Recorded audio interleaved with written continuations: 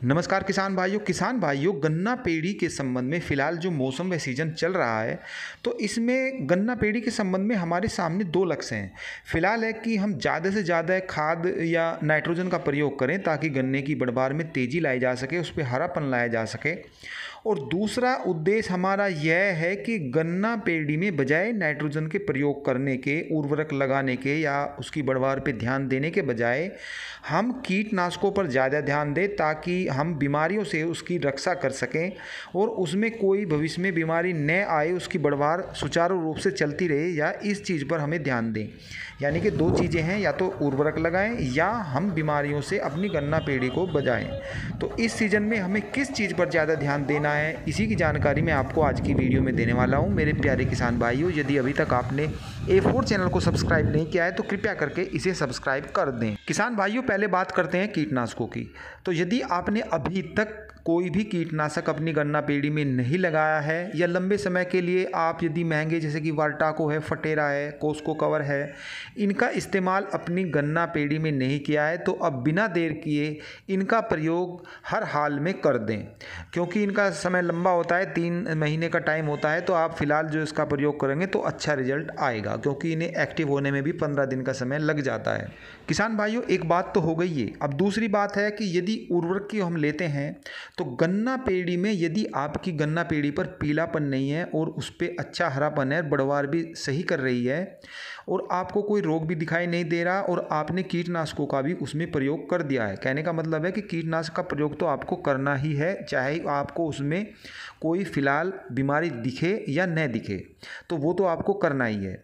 अब बात नाइट्रोजन की है, तो यदि उसमें कोई आपको बीमारी नहीं लग रही और पीलापन भी उसमें नहीं दिखाई दे रहा तो उर्वरक का प्रयोग यानी कि नाइट्रोजन का प्रयोग बिल्कुल भी न करें, क्योंकि यदि आप नाइट्रोजन का प्रयोग करोगे तो एकदम से उस पर और भी ज़्यादा गहरापन, हरापन आएगा।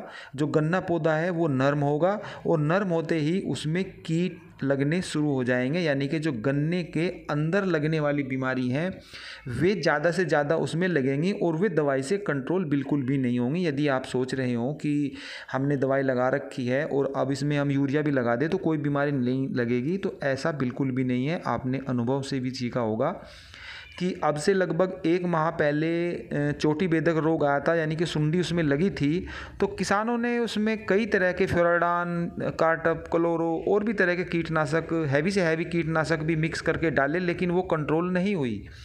इसमें किसानों के कमेंट भी आए थे। तो आप इस चीज़ से तो आप बिल्कुल निश्चिंत हो जाइए कि यदि एक बार बीमारी लगती है तो आप उसको जो ये कीटनाशक होते हैं वो 100% उसको कंट्रोल नहीं कर पाती। तो इसीलिए आप नाइट्रोजन फिलहाल यदि पीलापन नहीं है तो बिल्कुल भी न लगाएं, वरना आप अपनी गन्ना पेड़ी का नुकसान करेंगे और कीटों को उसमें आने के लिए दावत दे देंगे।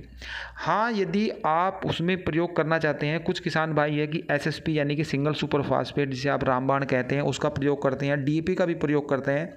हालांकि मैं गन्ना पेड़ी में इसकी सिफारिश बिल्कुल भी नहीं करूँगा, क्योंकि जो SSP होता है वो नुकसान इसलिए नहीं करेगा कि पहली बात तो वो घुलता ही कम है और उसका लंबे समय तक का रिजल्ट रहता है, क्योंकि वो धीरे धीरे घुलता है तो लंबे समय तक लगता है, तो इसलिए गन्ना पेड़ी पर कोई खास प्रभाव उसका नहीं पड़ता, तो इसीलिए उसमें रोग भी नहीं लगेंगे। वो इस सेम DAP की बात है, यदि आप DAP डालते हो तो बहुत कम मात्रा में वो लगेगी और धीरे धीरे लगेगी, तो एकदम से गन्ना पेड़ी में बीमारी नहीं आएगी। तो इसीलिए मैं तो इनकी सिफारिश नहीं करता, क्योंकि इनका रिजल्ट फिर भी कम ही आता है। हाँ, यूरिया की बात है तो यूरिया का प्रयोग आप बिल्कुल भी न करें। अब आपको इस सीज़न में जैसे कि बरसात शुरू होने वाली है, इसमें गन्ना जो है ऑटोमेटिकली ही नर्म हो जाता है और उसमें बीमारियां आने का अंदेशा ज़्यादा हो जाता है। तो इस समय जैसे कि बरसात कम हो रही है तो आप पानी पर ज़्यादा ध्यान दें। यदि आप उसमें हर 7 से 8 दिन बाद भी पानी लगाते रहेंगे तो वो उर्वरकों से भी ज़्यादा काम करेगी और आपकी जो गन्ना पेड़ी है वो बहुत ही तेज़ी से चलेगी और उसमें गहरा हरापन भी बना रहेगा। तो बात ये आई कि उर्वरकों के बजाय आपको अपने गन्ना पेड़ी को बीमारियों से बचाने पर ज़्यादा ध्यान देना होगा, तभी आपको अच्छी फसल मिल सकेगी। क्योंकि देखा गया है कि जब गन्ना पेड़ी हो या पौधा हो, जब वो हरा भरा होकर ज़्यादा चलता है तो किसान उसमें उर्वरक और भी ज़्यादा लगाने शुरू कर देता है। तो आप इस चीज़ का ध्यान रखें। फिर मिलते हैं ताज़ा अपडेट के साथ, तब तक के लिए जय जवान जय किसान।